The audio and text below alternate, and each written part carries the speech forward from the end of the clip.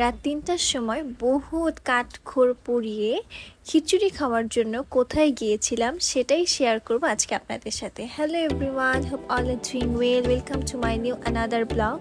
যেহেতু আমরা কোনো কিছুই প্ল্যান করে করি না, মানে আমরা জামাই বউ দুইটাই হচ্ছে একদম প্ল্যান ছাড়া মানুষ মনে হয়, আর আমাদের সাথে আমাদের ফ্রেন্ডসরাও ঠিক সেরকম। সো প্ল্যান না করেই আমরা বের হয়ে গিয়েছিলাম যে আজকে আমরা একটু রাতে ঘুরবো।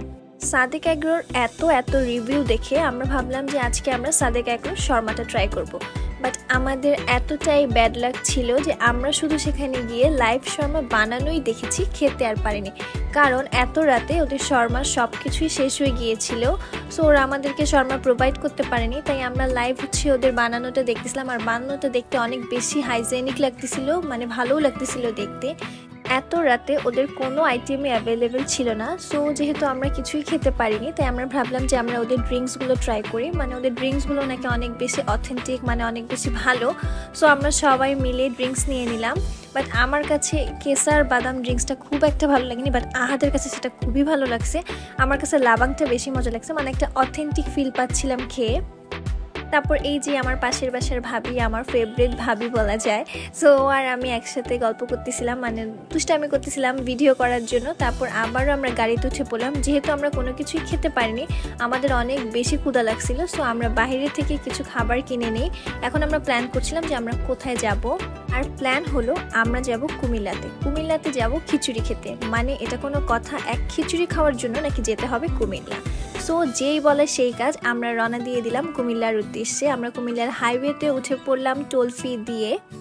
ফ্রেন্ডসরা মিলে লং ড্রাইভে যেতে কিন্তু অনেক মজা। আমাদের অনেক মজা লাগতেছিল যে অনেক দিন পর আমরা ঘুরতে বের হয়েছি এত রাতে, মানে সারাটা রাত আজকে আমরা ঘুরবো।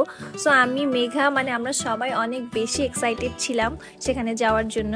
ঢাকা থেকে রওনা দিতে দিতে আমাদের অলমোস্ট ভোর 4টা বেজে গিয়েছিল, কারণ আমরা খুবই ডিসিশনে ছিলাম যে কোথায় যাব।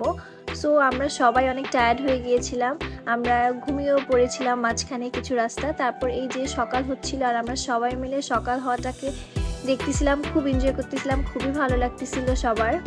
অ্যাকচুয়ালি এই প্ল্যানটা করেছি হচ্ছে আমাদের ফ্রেন্ড নাহিদ, ও ইউএসএ থেকে কিছুদিন আগে এসেছে। সো ও আমাদের সবাইকে ট্রিট দিতেছিল। ও বলতেছিল যে চলো আজকে আমরা কুমিল্লাতে যাই খিচুড়ি খেতে। অ্যাকচুয়ালি খিচুড়ি খাওয়ার ক্রেভিংসটা কিন্তু ওরই ছিল।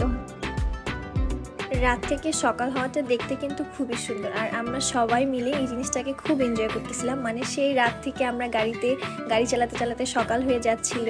এই ব্যাপারটা খুবই ভালো লাগতেছিল। সারা রাত জেগে আমার চেহারার অবস্থা তো 12টা বেজে গেছে, মানে খুবই আনফ্রেশ লাগতেছিল, খুবই টায়ার্ড ফেস লাগতেছিল। বাট তারপরেও কি করা, যেহেতু একটু ঘুরতে আসছি, স্যাক্রিফাইস তো করতেই হবে।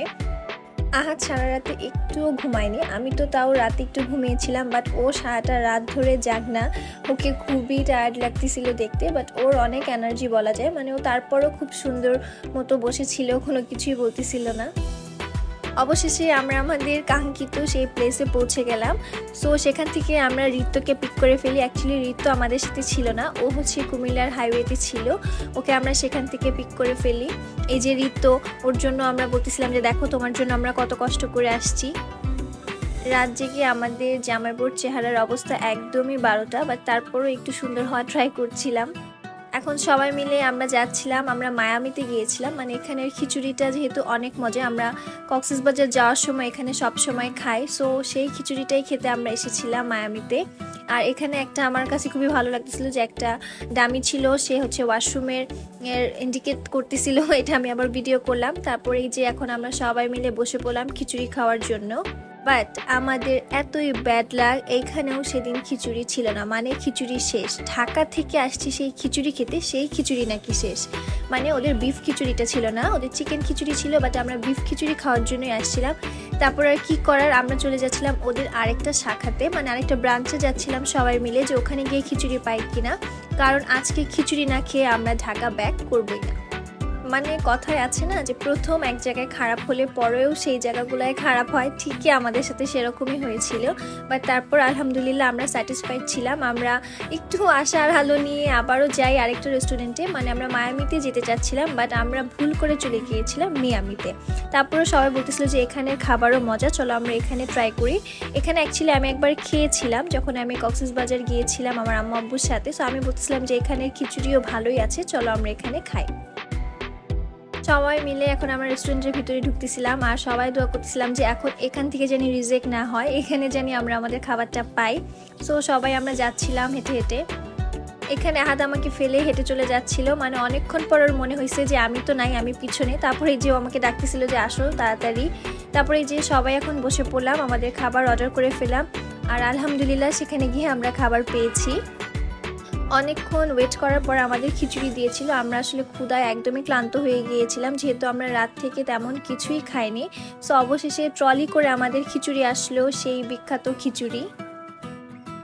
কারা কারা আমাদের মতো খিচুড়ি খাওয়ার জন্য এরকম মজার মজার এক্সপিরিয়েন্স হয়েছে সবাই কিন্তু কমেন্টে অবশ্যই বলবে। এই তো এখন আমরা আমাদের খিচুড়িটা খাবো। খিচুড়িতে বিফের কোয়ান্টিটি অনেক ছিল, মানে মাংস অনেক দিয়েছিল।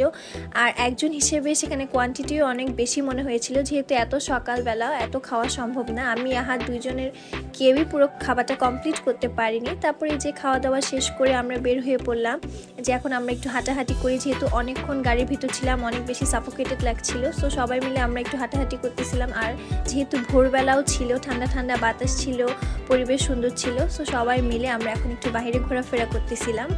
তারপর এই যে আবারও ঢাকা ব্যাক করার প্রস্তুতি নিচ্ছিলাম সবাই মিলে। সো এখানে আহাদ গাড়ির সিটগুলো ঠিক করে দিতেছিল, যেহেতু এখন আবারও একটা লং জার্নি আছে। আর এখন আমরা প্ল্যান করতেছিলাম যে এখন আমরা গাড়িতে উঠে ঘুমিয়ে পড়বো, মানে এক ঘুমে ঢাকা চলে যাব।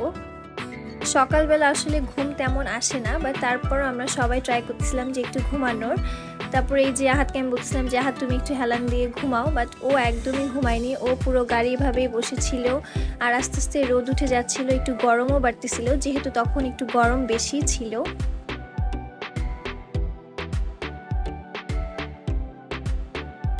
তুষার গাড়িতে উঠেই একটা ঘুম, ওর ঘুমের স্টাইলটা দেখেন। ওর এই ভিডিওটা যে আমি ক্যাপচার করেছি ও জানে না, বাট আমি এটা আমার ব্লগে দিয়ে দিয়েছি। এটার জন্য নিশ্চয়ই ওর হাতে আমি বকা খাবো, বাট তারপরও ইটস ওকে। ওর এই ভিডিওটা না দিলে আমার ব্লগটাই মজা হবে না আমার মনে হচ্ছে। তারপর এই যে সবাইকে ড্রপ করে এখন আমরা বাসার কাছাকাছিও চলে আসলাম। আজকের মতো এখানেই আমার ব্লগ। সবাইকে আল্লাহ হাফেজ, থ্যাঙ্কস ফর ওয়াচিং।